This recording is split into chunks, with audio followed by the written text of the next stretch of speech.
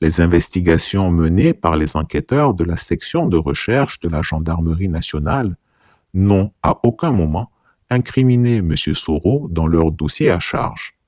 Bien au contraire, ils accusent le commandant Fofana qu'ils veulent rendre absolument coupable.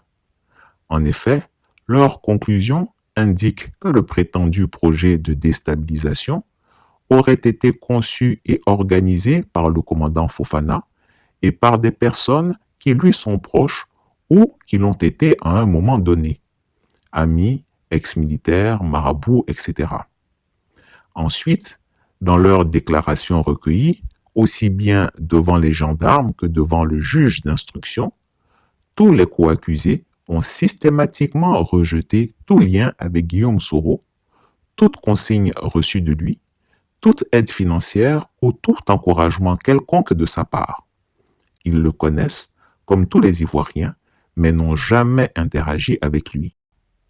Le pouvoir en place, incapable de produire des éléments matériels crédibles, se contente d'un récit grossier, agrémenté d'accusations invraisemblables, impliquant des marabouts et des pratiques mystiques, comme si la justice d'un pays moderne pouvait s'appuyer sur de telles inepties.